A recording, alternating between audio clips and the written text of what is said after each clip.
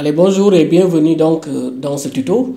Je vais vous expliquer comment vous pouvez prendre en charge de façon très simplifiée la plateforme d'enseignement à distance de l'Institut Sabdarifa. Pour commencer, il faut être rassuré, c'est une plateforme extrêmement simple, utilisant des outils d'une performance remarquable qui permet donc au personnel enseignant de travailler sereinement et donc d'entretenir des activités pédagogiques à distance avec les étudiants.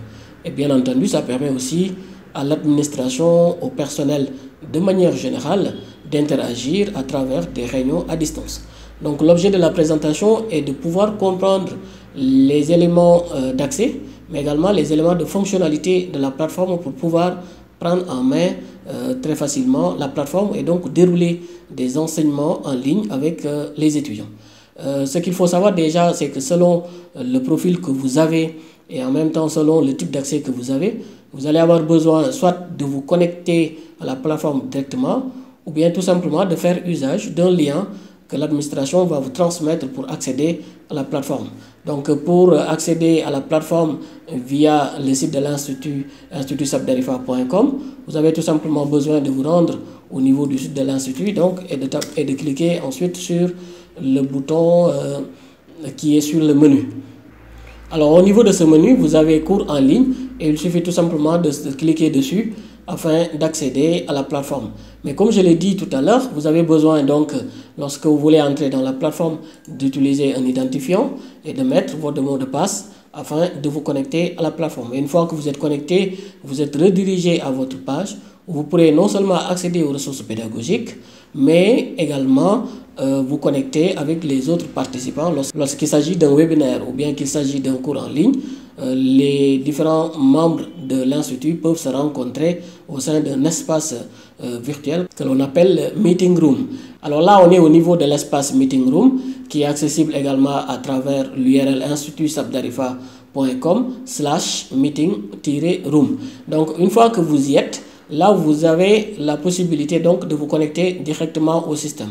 En quoi faisant? En utilisant tout simplement le mot de passe que l'Institut vous aura fourni et puis ensuite en définissant un profil. Moi je m'appelle Ibrahim Silla et donc une fois que j'ai fini d'insérer mon mot de passe et d'entrer dans le système, je pourrais me définir donc comme Ibrahim Silla de sorte que les autres participants sachent de qui il s'agit donc derrière ce profil. Je suppose déjà que vous avez votre mot de passe et il suffit tout simplement de le taper ici et de valider pour entrer dans le système. Alors dès que votre mot de passe est validé, vous êtes redirigé à la porte de la classroom, donc de la classe virtuelle, où vous allez pouvoir interagir avec les uns et les autres. En bas, vous avez quelques explications qui vous permettent aussi de savoir comment est-ce que vous pouvez entrer au niveau de cette classe. Dans un premier temps, vous avez tout simplement à saisir le mot de passe, mais ça c'est déjà fait. Et puis ensuite, vous saisissez un identifiant. Pour ce qui me concerne, je vais utiliser l'identifiant Silla. D'accord? Donc je mets Silla et je valide sur OK. Mais ensuite, regardez les explications, on vous a dit activation de votre micro. Une fois que vous êtes en salle, vous devez activer votre micro ou demander au modérateur. Le modérateur ici, il peut s'agir de l'enseignant ou bien tout simplement de l'équipe technique qui est derrière et qui permet au cours de s'opérer convenablement. Mais dans tous les cas, vous aurez besoin d'activer votre micro si vous voulez prendre la parole et parler donc en direct avec les autres. Bien entendu, le système intègre également un espace de conversation où vous pouvez saisir tout simplement vos questions ou vos différents messages textes. Et puis dès que vous êtes connecté, vous pourrez désormais interagir avec l'enseignant, mais également avec les autres apprenants.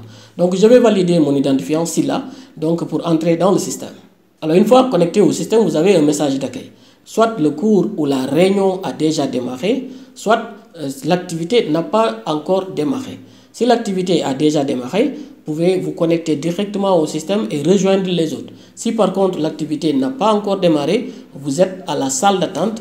Alors moi actuellement je suis à la salle d'attente parce que tout simplement le système n'est pas actif derrière.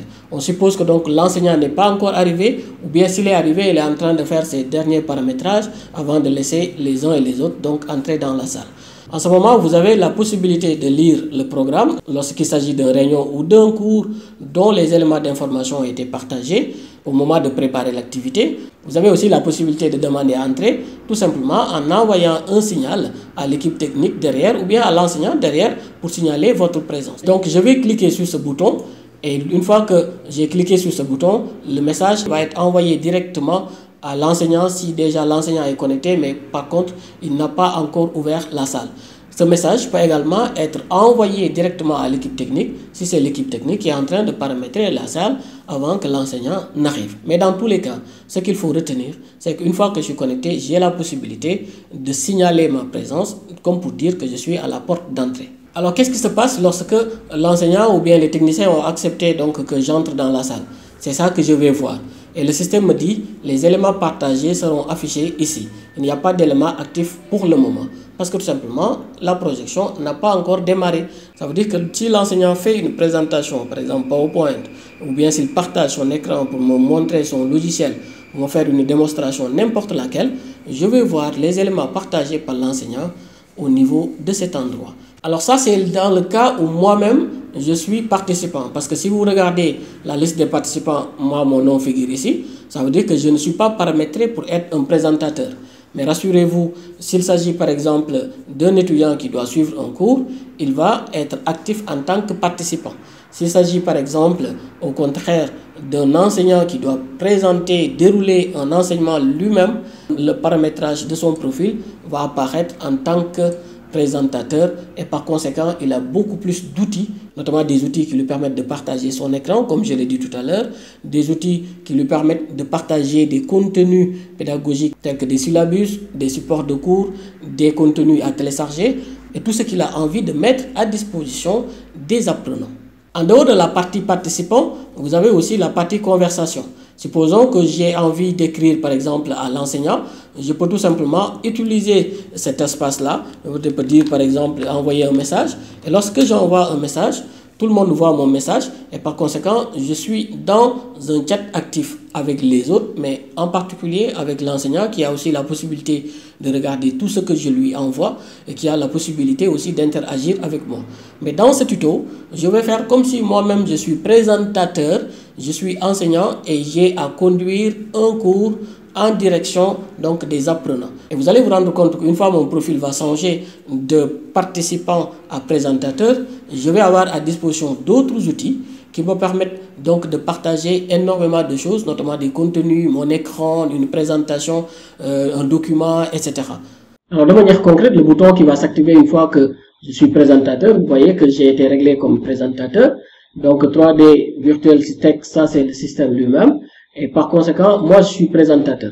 Donc là, je peux activer mon micro. Et quand j'active mon micro, donc les autres peuvent m'entendre. Je peux activer en même temps ma vidéo. Et donc par conséquent, ceux qui participent à cette présentation vont m'entendre en même temps qu'ils me verront. Et donc ça, c'est l'information concernant le profil actuel que j'utilise au niveau de cette présentation. Donc je peux activer mon micro ici pour pouvoir parler aux autres. Mais pour pouvoir parler et démarrer l'activité, il faut d'abord que je clique sur le bouton Start. Start comme démarrer. Si je fais une présentation que j'ai envie d'enregistrer, je peux tout simplement cliquer sur le bouton Enregistrer qui va me permettre d'enregistrer tout ce que je vais dire, tout ce que je vais faire, y compris lorsque je partage mon écran. Donc, en même temps, ça va constituer un tutoriel extrêmement intéressant pour les apprenants qui vont avoir donc la possibilité de suivre à nouveau ce cours, mais en mode replay. Donc, vous avez toujours la possibilité d'inviter des participants, mais généralement, si ce n'est pas une fonction qui est utilisée parce qu'on va bloquer, c'est une fonction qui est mobilisée à la limite par les gestionnaires du système, donc qui peuvent inviter des étudiants ou bien partager des invitations à des tiers lorsqu'il s'agit d'une présentation ouverte. La vue permet tout simplement de changer le mode de vue. Par exemple, actuellement, j'ai ce mode-là, voilà pourquoi j'ai cette fenêtre. Et en même temps, j'ai la barre latérale au niveau de cette fenêtre.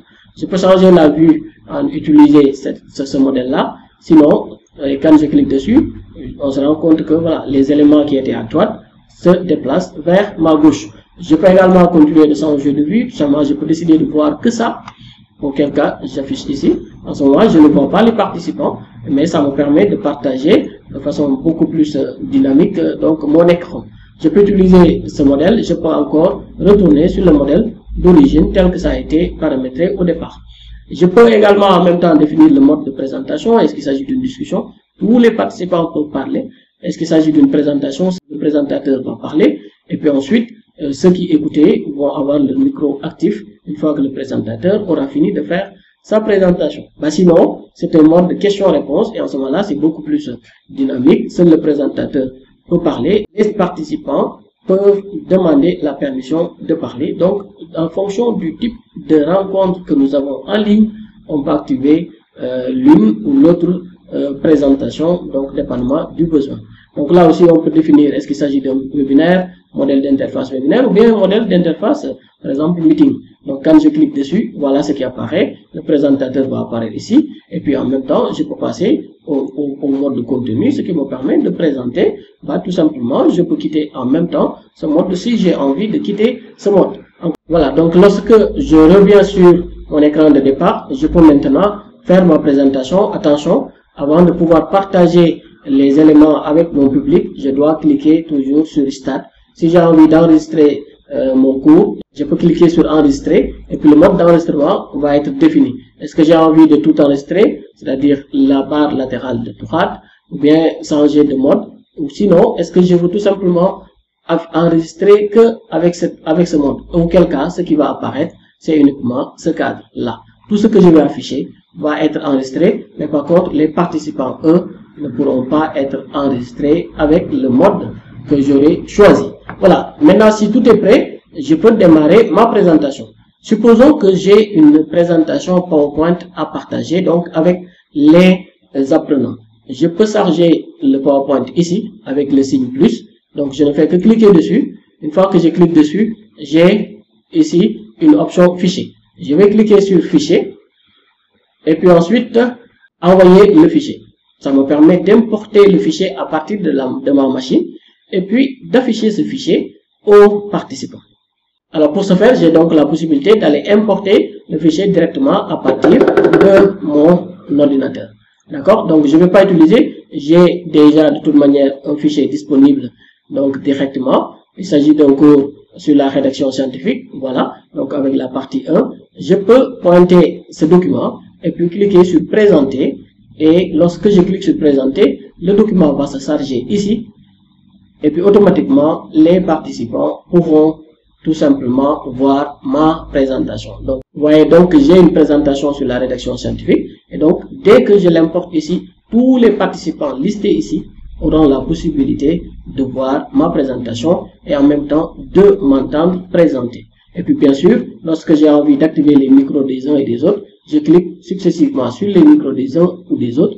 Sinon, je clique sur tous et auquel cas, je vais activer l'audio pour tous les participants.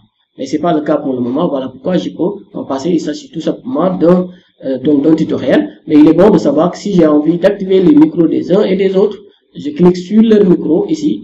Supposons ici à la place de celui-là, que ce soit Mamadou Fall, que ce soit Alassane 6 ou que ce soit quelqu'un d'autre. Je clique seulement sur son micro.